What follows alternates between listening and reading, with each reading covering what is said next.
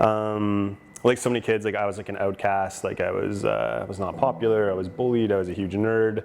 Sometimes people now find that like maybe hard to believe because they don't see that, because they see someone who is like confident and like has some momentum and success in life. But I really had anything but that at the time. So I was very alone. I was depressed. I would actually definitely say I was like suicidal. Like I thought about like killing myself like every single day.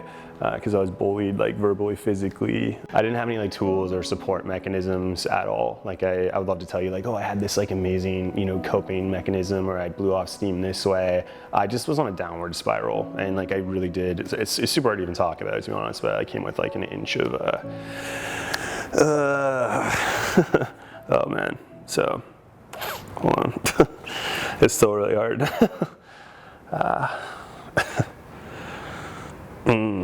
I feel like, oh man, I feel like such a baby. Everything with like the Driven project and everything that's happened too is also just like, it brings up so many emotions, which is like, I guess relevant for what we're talking about here. Down, yeah, there you go. This is my happy place right here. I got Cali in my early 20s.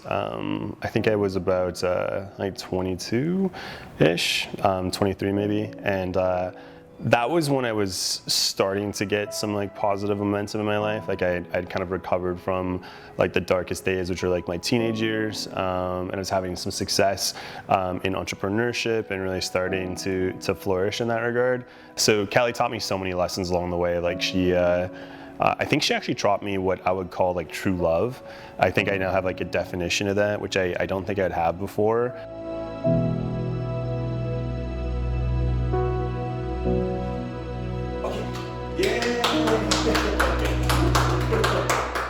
So I was at a point in my life where I was searching for what that next chapter was going to look like. So I had sold my company to Auto Trader, and I had just bought the Lamborghini, and I knew I wanted to give back. I knew I wanted to do something that was entirely selfless, but I also wanted to combine it with something that I was really passionate about, and something that maybe like tugged on like some heartstrings and stuff. So a natural element was like to try to incorporate the car, and then if I was going to do something like, you know, share the car, facilitate really cool experiences around the car, then the next natural progression was who should that be for?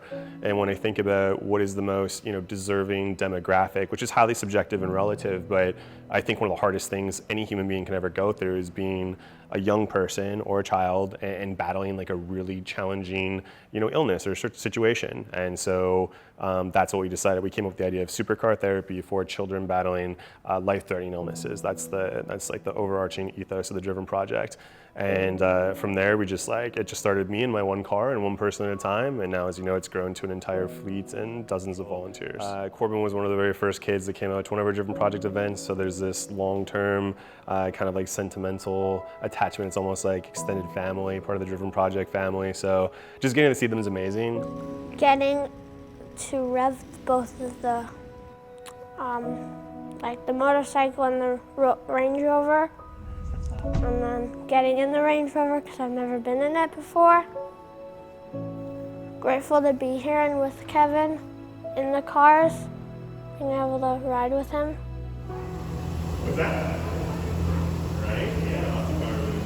Like you reflect back to the years when Corbin had to go through his cancer, and it's hard, it gets to you, and then you power through it, and it was a tough few years, and you get to go and do Driven project, and it gives you a break, it gives you some freedom.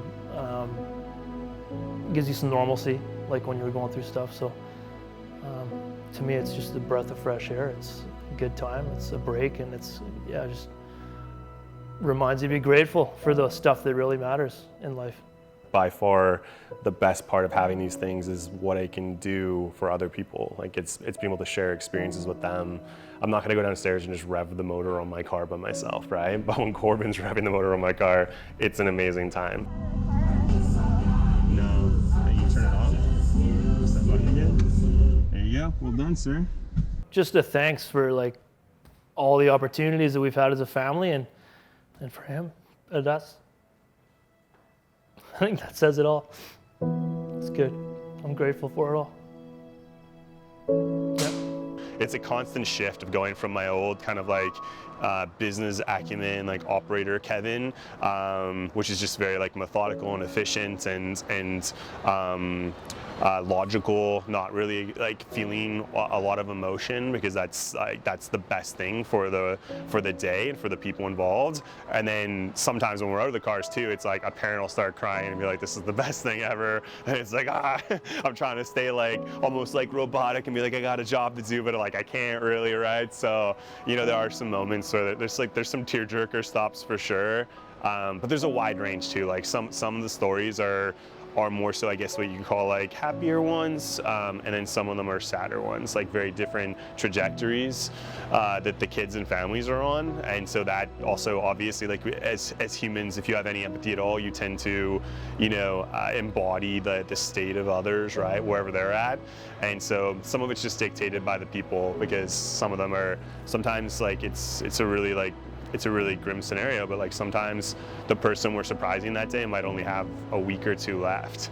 And so obviously that's not quite as joyous. It's a little bit more somber, as much as we want to make it a special experience. Like that's always in the back of my mind. It's an escape. It doesn't matter where you're at in your life. If you're someone who's like Corbin, who's healthy, he's won his battle, you know, he's done so well, or for the less fortunate, if it's someone who's not doing so well with their fight. Either way, the magic of Supercar Therapy is it just pulls you out of whatever state you're in. If you're struggling with something, the experiences are so all-encompassing, they just consume you, that when you're in one of these cars, or even when you're outside the cars and you're talking to the people, and you hear the cars, you've got the VPD with you, the cameras are on, you've got all these people, you know, high-fiving you and celebrating and hugging, it's almost impossible to feel pain, like literally or figuratively, right? It's almost impossible to feel sadness or remorse. Like it's just overwhelming joy. Sometimes there are tears, but there are always happy tears at the events. So that, to me, above all else, like the thing I'm most proud of and is most significant in the different project is the fact that it provides an escape. It almost can temporarily take away that illness, regardless what that person is struggling with.